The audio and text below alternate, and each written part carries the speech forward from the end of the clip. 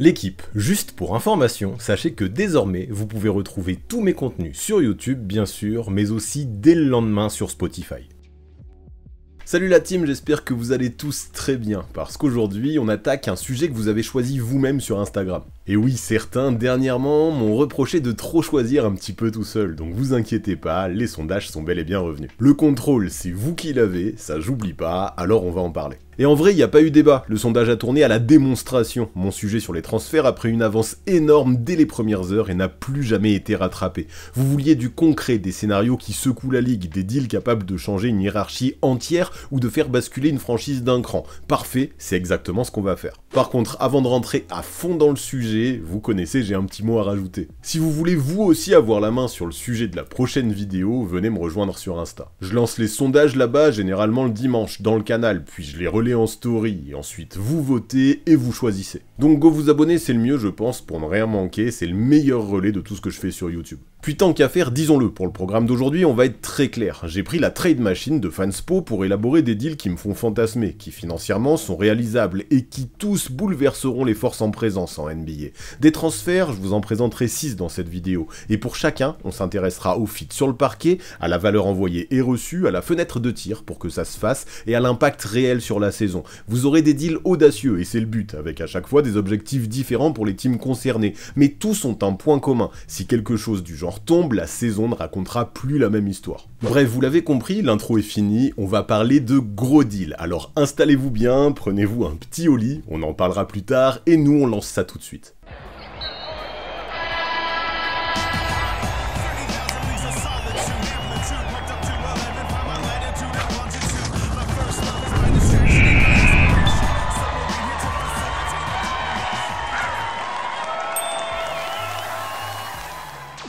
Allez, on y va, j'ai parlé de trades qui devaient bouleverser la ligue et j'ai pas voulu vous décevoir, pour commencer on va taper très fort. Voici le deal selon moi qui ferait trembler la NBA. Giannis Antetokounmpo au Knicks contre Karl Anthony Towns, Miles McBride, un premier tour 2026, des swaps 2028, 2030, 2032 que j'ajoute bien qu'ils n'apparaissent pas sur le visuel, et 6 second tours de draft. New York fait all-in, vide quasiment tout ce qu'il peut envoyer en pick et réunit un duo Brunson-Giannis entouré de two-way players. Côté timing, c'est jouable dès que les fenêtres de trade s'ouvrent pour tous les contrats. Et sportivement, ça change tout de suite l'équilibre de la conférence Est. Ceci dit, à mes yeux, ce deal n'existe que si Giannis demande clairement à partir de Milwaukee pendant la saison. Sans ça, avec une telle pépite qui chaque année peut prétendre sans trop forcer au top 3 MVP, je vois mal les Bucks bouger. Et pourquoi vers les Knicks si ça se fait? Parce que le fit est immédiat. Brunson gère le jeu sur demi-terrain, Giannis casse les défenses en transition, vit sur les coupes et les short rolls, et profite d'un spacing honnête avec Bridges, Anunoby et Hart. Défensivement, vous passez d'une bonne équipe à une forteresse, longueur sur les ailes, protection du cercle, énergie, rebond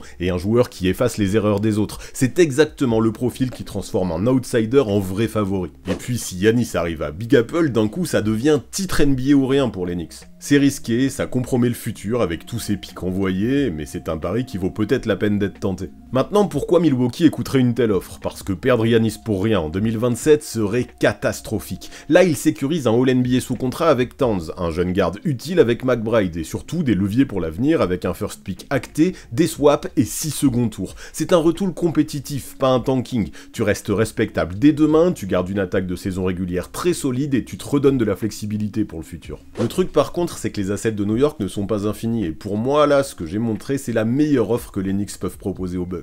Quoi qu'il en soit, si le freak met la pression sur le dos de sa franchise, elle se retrouvera dos au mur, et elle n'aura pas le choix que d'accepter ce qui se présente. Sportivement, New York se crée un raccourci vers le titre. En fin de match, Brunson garde le ballon, Giannis punit. En saison, ça crée un rythme plus élevé, plus de paniers faciles et une défense qui tient sans bricoler. Vous pouvez jouer grand avec Mitchell Robinson pour verrouiller l'arceau, ou downsizer avec Hart et Giannis en pivot selon les match-up. C'est une palette tactique que Brunson n'a jamais eu autour de lui dans sa carrière. Et du côté des Bucks, malgré une telle perte, on ne parle pas non plus d'un total plongeon dans le vide. Avec Towns, tu récupères l'un des meilleurs pivots shooters de la ligue, ça remet de la variété en attaque, ça ouvre la raquette et ça aide tes porteurs de balles. McBride, lui, tient la route sur l'homme et met ses tirs. Les swaps très lointains, c'est de la convexité. Si New York retombe dans le dur un jour, tu peux en profiter. Et si 4 ne correspond pas à ta vision au long terme, tu peux encore le retransférer plus tard contre d'autres actifs. Et pour moi, ce qui rend ce scénario un minimum crédible, c'est la dynamique dans laquelle les deux teams sont actuellement. Si les Bucks patinent, si le discours public de Giannis glisse vers « je veux jouer le titre maintenant », alors la fenêtre s'ouvre, et s'il cible New York en seule et unique destination, comme les rumeurs le disaient récemment, la concurrence se réduit d'elle-même.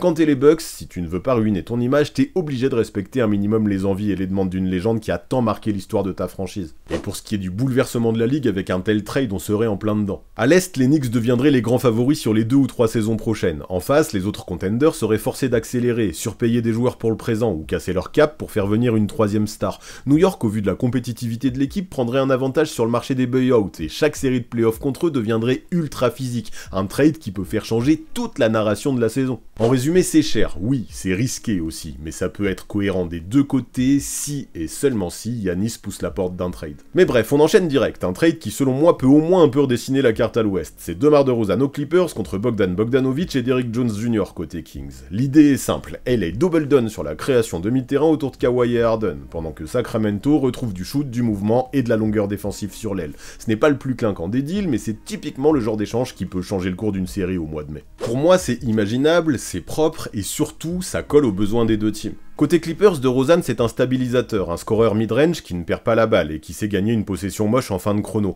Dans un 5 où Kawhi attire le meilleur défenseur et où Harden pilote le pick and roll, DeMar devient la troisième lame qui empêche toute suraide. Je l'imaginerais déclencher des end-off avec Kawhi, ou jouer un 2 contre 2 avec le pivot pour forcer la défense à choisir entre le pull-up et le flotteur. J'aime beaucoup l'idée. À mes yeux, ça correspond au principal reproche que font souvent les observateurs à LA en play-off, l'exécution quand le jeu ralentit. Après je vous vois venir, on perd du tir et de la défense au périmètre et c'est vrai. Bogdanovic t'apporte du volume à 3 points, Derrick Jones Jr. t'apporte des bras et des jambes sur les meilleurs forwards adverses, mais la contrepartie avec Debo c'est plus de fautes provoquées, plus de possessions contrôlées et un troisième closer dans le roster. En clair, moins de variance et plus de certitude dans le money time. Avec l'âge du noyau, c'est un pari logique qui pour moi correspond à la timeline de la team. Avec un coach comme Tyronn Lue qui sait gérer les stars et les égos, je pense que les Clippers pourraient directement step up. En face, Sacramento a besoin de respirer autour de Sabonis. Avec Bogdanovic, tu remets du tir en mouvement, des sorties d'écran qui tirent la défense vers le haut et une nouvelle menace en catch and shoot qui viendrait épauler Keegan Murray. Et DJJ, c'est exactement ce qui leur manque à l'aile, de la longueur, de la vitesse, des coupes fortes et des mains actives. Résultat, le terrain s'ouvre pour Sabonis et Zach LaVine, l'attaque retrouve du rythme et la défense gagne un profil supplémentaire qui manque cruellement. Pour moi, l'idée ce serait de revenir à une identité un petit peu plus Kings 2023, qui serait bien plus lisible que ce que l'est le roster actuel. Si les Clippers veulent se montrer ambitieux, et je crois que c'est le but, DeRozan leur donne un plan B si les stars se blessent ou sont load managés, et quand tout le monde est là, son efficacité peut monter quand les défenses sont déjà déformées par Kawhi et Harden. Côté Kings, tu troques un créateur mi-distance qui ne fit pas de ouf pour un duo plug and play qui apporte du tir et de la défense. Tu gagnes des tirs ouverts, des coupes fortes autour de Sabonis, et tu allèges les missions de Keegan Murray. Maintenant, en quoi ça peut vraiment bouleverser la saison, vous allez me demander, parce que c'était un petit peu le but de cette vidéo, même si j'avoue que c'est sûrement le deal le moins clinquant. Eh bien parce que si les Clippers valident un modèle 3 créateurs sur demi-terrain, tu vas voir des contenders réévaluer le mid-range et la création au poste, et si en parallèle les Kings regagnent de la constance avec du spacing, du mouvement et une vraie défense au périmètre, l'équipe devient d'un coup bien plus équilibrée. À mon sens, c'est le genre d'échange qui ne fera pas les gros titres, mais qui pourrait directement augmenter le niveau des deux teams concernés, et les ambitions qui vont venir en parallèle. Mais allez, je vous sens un petit peu sur votre faim, alors poursuivons notre vidéo et évoquons un gros séisme potentiel. Zion Williamson au hit contre Terry Rozier, Jaime Raquez Jr., Simone Fontecchio, un swap en 2026, un premier tour 2029 et un premier tour 2031. Miami cherche un nouveau franchise player depuis le départ de Jimmy, et New Orleans veut sortir de la dépendance à l'état de forme de Zion. C'est un échange audacieux mais réalisable, parce que les salaires matchent, que les pics respectent la règle steppienne et que chaque camp obtient exactement ce dont il a besoin aujourd'hui. À mes yeux, l'angle sportif est clair, et pour Miami, pour commencer, il est colossal. Avec Eric Spoelstra, tu peux construire un duo Zion-Bam quasi unique. Sur demi-terrain, Zion attire deux joueurs, ouvre des tirs simples pour Hero et Powell, et punit au poste bas sans avoir besoin d'artillerie à longue distance. En transition, il t'offre des lancers et des paniers faciles. Défensivement, tu protèges Zion en aide côté faible, pendant que Bam reste la tour de contrôle. Et culturellement, la hit culture coche exactement ce qu'il faut pour maximiser la disponibilité de l'ailier fort et sa trajectoire de carrière. Le truc, et c'est vrai, c'est que sur le papier, en termes de spacing, le fit Zion-Bam peut faire peur, mais je pense qu'on peut l'optimiser. Tu les encadres avec deux vrais shooters et un arrière porteur de balle. Hero pèse loin du ballon, ballon, Powell coupe fort pendant que Jovic progresse dans son rôle de shooter off-ball. Eric Spoelstra est capable de gérer ses line-up pour que Zion soit entouré de menaces de loin. L'objectif n'est pas de vivre sur le tir à 3 points, c'est d'imposer de la pression sur le cercle et de forcer des fautes quand le rythme offensif retombe. Et selon moi, c'est exactement le raccourci dont Miami a besoin pour essayer d'augmenter ses ambitions tout de suite. Après, pourquoi New Orleans écoute cette offre? Parce que la valeur de Zion n'a de sens que s'il joue longtemps. Or, à Nola plus qu'ailleurs, on connaît le risque. Là, tu convertis l'incertitude de sa présence en profondeur et en capital. Rozier te donne du scoring. Raquez est un ailier à potentiel capable d'épauler parfaitement Trey Murphy et Herb Jones des deux côtés du terrain. Fontecchio espace le jeu instantanément. À côté de ça, avec les pics, tu récupères de vrais leviers pour reconfigurer le projet sans tout casser dans le futur. Pour New Orleans, c'est clairement l'occasion de tourner la page décevante de Zion et de reconstruire en douceur pour l'avenir. Mais ce qui m'intéresse surtout, c'est cette espèce d'effet domino que ça peut produire dans la ligue. Si Zion tient la route dans ce nouveau contexte, l'Est change de visage. Un hit avec un Zion en pleine forme qui se nourrit de la hit culture pour être disponible change le statut de la franchise. En miroir, les Pels gagnent en lisibilité. Trey Murphy prend du volume, Herb garde les missions défensives, Raquez le rôle du glue guy et les pics permettent d'aller chercher au besoin un garde créateur ou un rim protector élite sans hypothéquer l'avenir. Deux trajectoires différentes donc, mais qui paraissent cohérentes pour les deux teams. Ceci dit, à mes yeux, et il ne faut pas l'oublier, il y a quand même des questions qu'on doit se poser franchement. Parce que ouais, c'est quand même risqué pour Miami. Le plafond de Zion est All-NBA, le plancher reste son indisponibilité. La hit culture réduit le risque extrême, mais ne l'annule pas. Il n'aura pas le choix que d'être discipliné, et encore faut-il qu'il s'y fasse. C'est un pari assumé, parce que la fenêtre de Bam est ouverte maintenant, et que l'Est reste très ouvert si tu imposes de la pression sur le cercle et de la défense collective. Pour moi, si t'arrives à cocher ces cases, c'est clairement le genre de trade qui peut rabattre les cartes dans cette conférence. Et si Miami arrive à croire que Zion arrive à changer la trajectoire de sa carrière, ça peut être un gros bonus pour eux. Mais ouais, allez, on en est déjà à 3 trades, la moitié, et la deuxième moitié s'annonce encore plus folle, je vous préviens. Alors histoire de reprendre un petit peu son souffle en pleine période de reprise NBA, il est grand temps de vous parler de mon sponsor du jour, Oli. Si comme moi vous enchaînez les nuits blanches pour mater les matchs, la gamme Énergie peut devenir votre starter pack préféré. 0 sucre, moins de 20 kcal, 7 vitamines, 7 nootropiques et surtout une caféine micro-encapsulée qui apporte un boost propre, régulier, sans pic chelou ni crash brutal à 5h du mat. Concrètement, j'en prépare un shaker avant le premier quart-temps, je sirote tranquillement jusqu'à la mi-temps et je reste focus jusqu'au buzzer. Et si vous hésitez sur les goûts, le Citrus Cobra est un banger, croyez-moi. Je testais pas mal de trucs pour rester éveillé la nuit, le café, les boissons énergisantes, et vraiment complètement honnêtement, jusque là, Oli c'est le meilleur truc que j'ai trouvé. L'alternative la plus saine et la plus efficace, ce Citrus Cobra pour continuer à rester réveillé et mater des matchs en pleine nuit. Par contre, même si je dis plus saine, on va rester tranquille. Oli ne doit pas remplacer l'eau et on parle d'une boisson à consommer avec modération. La gamme énergie est déconseillée aux moins de 16 ans, pas recommandée pendant la grossesse ou l'allaitement, et on reste sur un shaker par jour pour cette gamme énergie. Ça reste de la caféine. L'idée c'est de mater son match sans somnoler, pas de finir en orbite. Bah ouais, de la même manière que vous buvez pas 15 cafés par jour, n'abusez pas avec les shakers de cette gamme énergie. Par contre, utiliser avec modération, pour moi, c'est le meilleur compromis pour regarder la NBA en direct sans s'abîmer. À une époque, j'étais un gros consommateur de soda light à l'aspartame et caféiné, et croyez-moi, aujourd'hui, je trouve bien plus mon compte avec Oli. Puis faut le préciser aussi, côté portefeuille et planète, c'est carré. Oli, c'est de la poudre qu'on mélange avec de l'eau, ça fait bien moins de déchets que les canettes, et niveau budget, j'en parle même pas des économies que ça fait. Ça coûte bien moins cher que les bouteilles ou les canettes. Perso, en passant du soda à Oli, j'ai compté mes économies autour de 300 € par an, et vous pouvez faire encore mieux, je pense, en utilisant mes bons plans. Non seulement ça soutient la chaîne et mes projets, mais en plus, ça vous fera économiser encore plus de fric. Ouais, écoutez bien, si c'est votre première commande, le code 6ème5 vous file 5 € de réduc dès 14,99 € d'achat. Si vous êtes déjà client, le code 6ème vous donne moins 10% sur tout le site. Le plus simple, passez par mon lien perso que vous trouverez en description. Comme ça, le code s'appliquera tout seul dans le panier. Vous pouvez aussi mettre pause là et utiliser le QR code que j'affiche. Pareil, tout s'appliquera direct. Là, vu qu'on est en pleine période de reprise de la NBA, je pense que c'est le meilleur moyen de tester et de voir justement si ça pourra vous convenir pour les playoffs et les nuits qui seront un peu plus longues. Pour être complet, je vous glisse quand même un mot sur les 3 autres gammes. Iced Tea, 0 sucre, arôme naturel, super cool pour l'après-midi quand tu bosses, avec un goût peach thé noir qui fait vraiment le taf. Mais aussi la gamme Hydration, pas de caféine mais des électrolytes, une boisson parfaite après la salle ou un footing quand tu veux juste te remettre d'aplomb. Enfin, et c'est tout nouveau, je viens de tester les milkshakes, qui eux, au lieu de se mélanger avec de l'eau, se mélangent avec du lait. très bon aussi, c'est différent. La gamme énergie reste la star de mes nuits NBA, mais le reste peut aussi très bien compléter en fonction de mes besoins dans la journée. Par contre, j'avoue, avec toutes ces gammes et tous les goûts que Oli propose, on peut vite se retrouver perdu. Alors si c'est votre première fois, ce que je peux vous recommander, c'est de commander un pack découverte. Vous testez tous les goûts, vous triez et vous adoptez le combo qui vous convient le mieux. Par contre là, vu qu'on arrive à la fin, je le répète parce que j'y tiens, Oli est une alternative plus saine au soda ou aux boissons énergétiques classiques. Pas une baguette magique. Hydratez-vous, buvez de l'eau, bougez, mangez correctement et Oli vient en bonus malin pour compléter tout ça. Ouais, vous l'avez compris, l'idée c'est de faire ça de façon maligne de toute façon, pas de vous flinguer complètement à base de caféine micro-encapsulée. Et si vous êtes capable de faire ça, que ça vous intéresse et que vous voulez profiter d'offres super avantageuses, je vous le rappelle, toutes les infos seront dans la description. Rien que de cliquer sur le lien ou d'utiliser le QR code, ça soutient la chaîne de ouf. Alors vraiment, je le souhaite, ne te prive pas du tout. Mais bref, nous on passe au deal Warriors-Bulls qui selon moi peut changer des choses très concrètes dès cette saison. Nikola Vucevic plus un premier tour 2027 à Golden State contre Jonathan Kuminga qui atterrirait à Chicago. L'objectif pour les deux teams paraît évident. Les Warriors ont déjà récupéré Al Horford mais ne peuvent pas lui demander 35 minutes tous les soirs. Vucevic arriverait comme un hub offensif au poste 5 pour libérer Curry et Butler, assurer plus de rebonds et sécuriser les fins de match. En face, les Bulls basculent enfin vers le futur et responsabilisent Kuminga dans un rôle de moteur de la franchise. Et pour commencer, à mon sens, Vucevic c'est le joueur qui tout de suite transforme l'attaque des Warriors. Le poste 5 est leur talon d'Achille depuis 2 ans. Vucevic c'est de la certitude, un double-double presque assuré, de la passe depuis le poste haut et un tir qui ouvre les couloirs pour Curry et pour les cuts dans le dos dessinés par Kerr.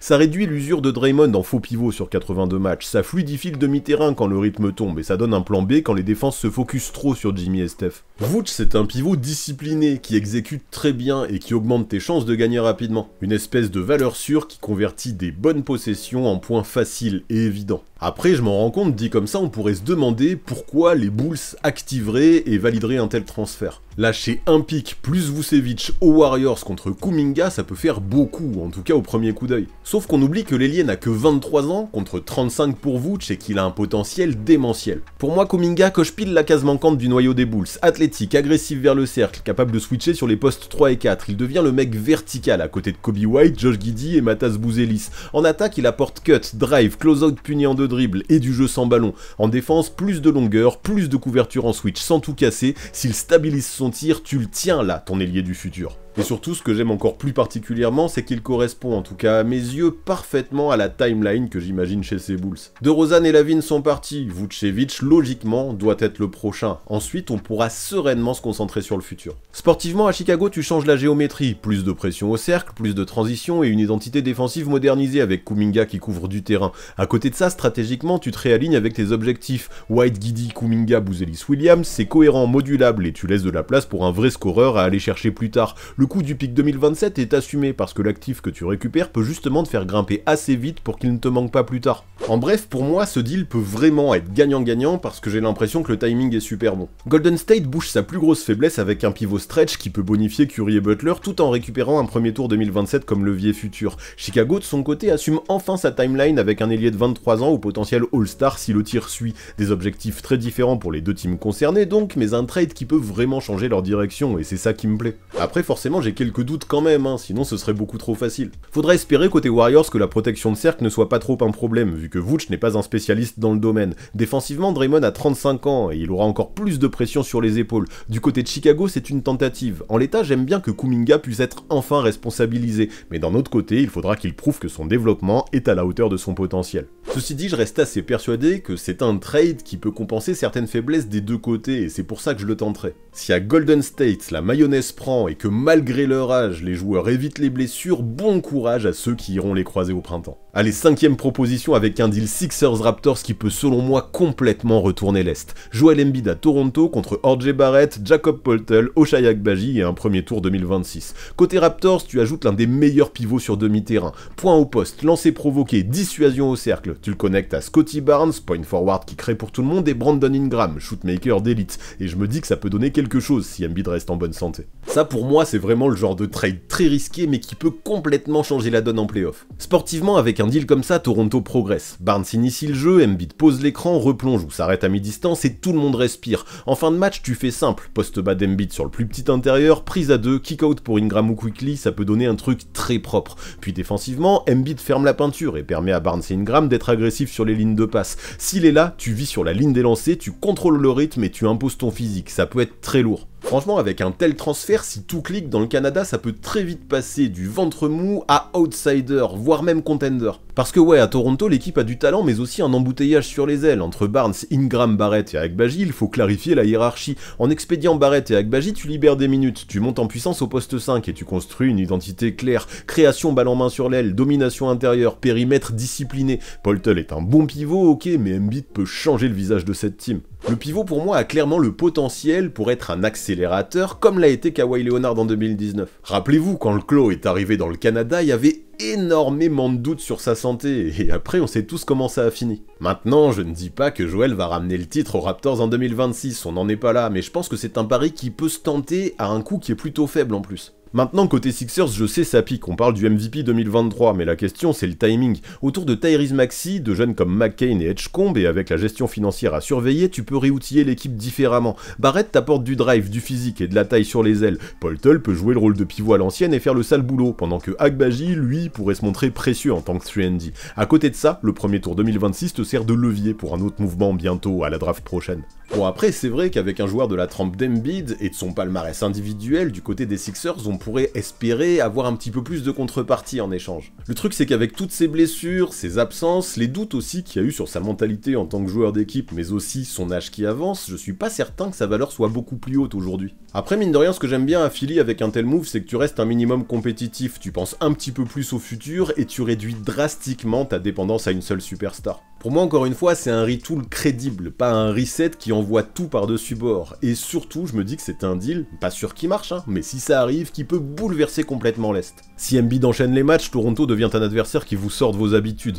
Moins de shoots précipités, plus de pression au cercle, plus de lancers. Les contenders devront s'ajuster, recruter du poids à l'intérieur et accélérer le jeu pour survivre aux prises à deux. Un trio Barnes, Ingram, Embiid, ça peut être super complémentaire si le pivot est dans de bonnes dispositions. Maintenant, encore une fois, et c'est vrai que je veux le préciser, vous allez me demander ce que Philadelphie a à y gagner à transférer sa superstar. Et je le sais, ça peut faire mal au petit cœur de certains fans, moi y compris, je pense, de faire une croix définitive sur le process. Mais en contrepartie, les Sixers peuvent gagner une rotation plus profonde et plus disponible sur l'année. Maxey garde la balle en fin de match, Barrett attaque le close-out ou poste les arrières plus petits, Poeltl sert de hub pour les coupes et les écrans main à main, Agbaji garde le meilleur extérieur adverse par séquence, pendant que McCain et Edgecombe apportent du culot et de la fraîcheur. Adembona aussi pourrait se développer avec plus de temps de jeu. Tu perds du plafond individuel, oui, mais tu gagnes en cohérence et en option. Selon moi, là, ces Sixers pourraient devenir la version résiliente d'une équipe qui veut rester dangereuse. Et vu qu'en plus de ça, dans le lot, il y a aussi un first round en 2026 qui est impliqué, tu peux encore plus réfléchir à l'avenir et construire intelligemment malgré le départ d'Embiid. Après, bien sûr, il y aura toujours la situation Paul George à gérer, et on va pas se mentir, c'est l'un des contrats les plus toxiques de la ligue à l'heure actuelle. Mais bon, en attendant de voir ce que tu en fais, tu peux toujours l'utiliser en vétéran, avec un rôle moins important, mais qui peut parler et former les jeunes dans le vestiaire. Et dans le pire des cas, un buyout étalé sur plusieurs années reste toujours envisageable, même s'il lui reste encore 2 ans de garantie sur son contrat. Maintenant, je le cache pas, le contrat d'Embiid peut être toxique lui aussi, et si sa santé ne s'améliore pas, Toronto pourrait regretter un tel deal. Il sera nécessaire de trouver rapidement derrière lui un backup au poste 5 capable de prendre le relais pour gérer sa charge physique. Un vrai risque donc, mais on le sait, l'histoire l'a montré à maintes reprises et les Raptors le savent plus que quiconque, sans prendre de risque, tu ne vas jamais au bout. Rien ne peut donc jamais être certain avec Embiid dans sa team, mais avec un plan clair, je pense qu'on peut limiter certains paramètres risqués. Et je le répète, mais si tout clique, ces Raptors-là, j'aimerais vraiment pas les affronter sur une série en 7 au printemps. Avec Embiid, Toronto peut imposer des confrontations plus lentes, plus physiques, où chaque faute compte. Tu forces Boston, Milwaukee ou New York à vivre sur demi-terrain contre un mur à plusieurs épaisseurs. De l'autre côté, à Philly, tu gagnes en profondeur, en collectif, et tu continues d'ouvrir une fenêtre future potentiellement positive. Je pense que ce move peut rendre les trajectoires de ces deux teams plus lisibles, et c'est souvent comme ça qu'on gagne du terrain dans une conférence aussi ouverte. Pour moi, c'est audacieux, oui, mais il y a aussi un vrai monde où c'est totalement cohérent pour les deux équipes. En résumé, Toronto achète un meilleur plafond avec un noyau Barnes, Ingram, Embiid, Quickley taillé pour les playoffs. Philadelphie convertit l'incertitude en rotation solide et en capital d'échange tout en restant compétitif autour de Maxey. Si un tel transfert tombe, la saison, et peut-être la conférence Est en entier, ne racontera plus du tout la même histoire. Aujourd'hui, de toute façon, vous l'avez compris, l'idée c'était vraiment de parler de grosses bombes et je pense que celle-ci peut réécrire la carte. Et du coup, tant qu'à faire, on va enchaîner sur mon 6e et dernier deal qui, celui-là, va concerner la conférence Ouest pour changer. Il s'agit de Lauri Markkanen à San Antonio contre Devin Vassell, Harrison Barnes, un premier tour 2026 et un premier tour 2028. L'idée est simple à énoncer et lourde à encaisser. Les Spurs posent un stretch for All-Star à côté de Wembanyama et de Fox. Un shooter élite qui vit en catch and shoot, en pick and pop et qui sait jouer en main à main et créer un minimum.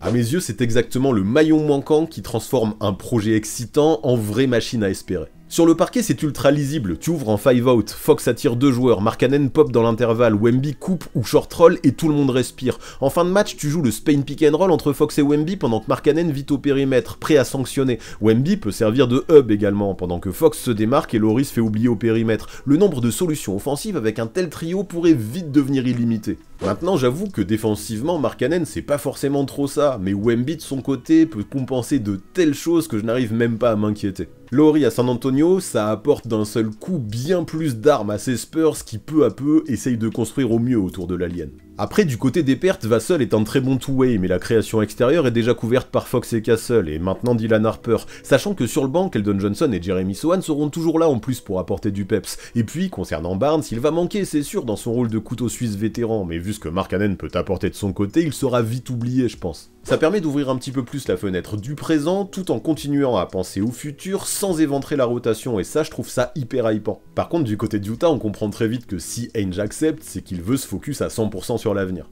On le sait, le dirigeant aime les tours de draft et la jeunesse. Vassell peut être un bon apport, 25 ans, tir fiable, défense au périmètre, création secondaire. Il peut être directement plug and play dans un 5 jeune. Derrière, Barnes apporte du professionnalisme et un contrat expirant monétisable à la deadline. Enfin, et surtout, les pics 2026 et 2028 donnent la flexibilité. Un pic proche pour alimenter la reconstruction à court terme, un lointain pour capter l'incertitude d'une équipe qui vise très haut. Utah, de toute façon, je pense actuellement, n'a rien d'autre à faire que d'accélérer la reconstruction. Cette offre des Spurs correspond tout à fait à cet objectif. Par contre, je vais pas le cacher, si je pense que ça peut bouleverser la ligue, en tout cas à court terme, c'est surtout à l'équipe de San Antonio que je pense pour le moment. Si le trio Fox, Wemby, Markkanen s'emboîte, les Texans deviennent au minimum un outsider dans la conférence Ouest. Les défenses devront choisir quel poison consommer. Face à eux, tu as robot switcher, ça ne suffira pas. Le danger peut venir de partout. En miroir, Utah durcit sa timeline, gagne de la défense et du capital de draft. Ça rebat complètement le marché pour l'avenir à Salt Lake City. À mon sens, c'est audacieux, oui, mais c'est aussi terriblement rationnel quand on regarde les objectifs de ces deux équipes. Après, je pense que le risque, parce qu'on sait que Danny Ainge est très fort pour vendre haut, c'est que le dirigeant demande encore plus pour Markkanen, mais pourquoi pas après tout? Si San Antonio peut s'aligner sans avoir à décimer son roster, ce serait quand même con de ne pas au moins y réfléchir, tant ce que peut apporter le Finlandais.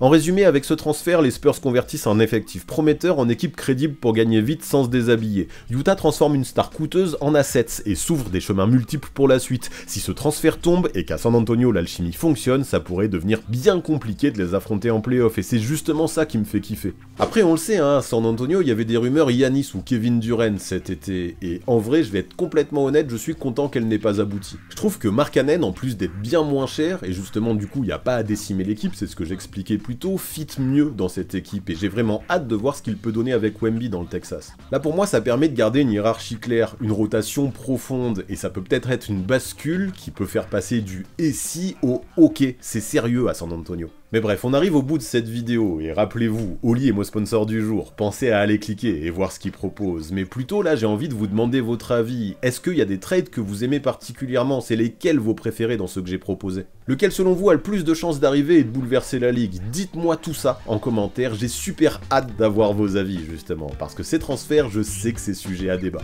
Et n'hésitez pas non plus, si vous voulez vous aussi jouer avec la trade machine de Fanspo, proposez-moi vos deals dans la section com. Ça, j'ai très hâte de le lire.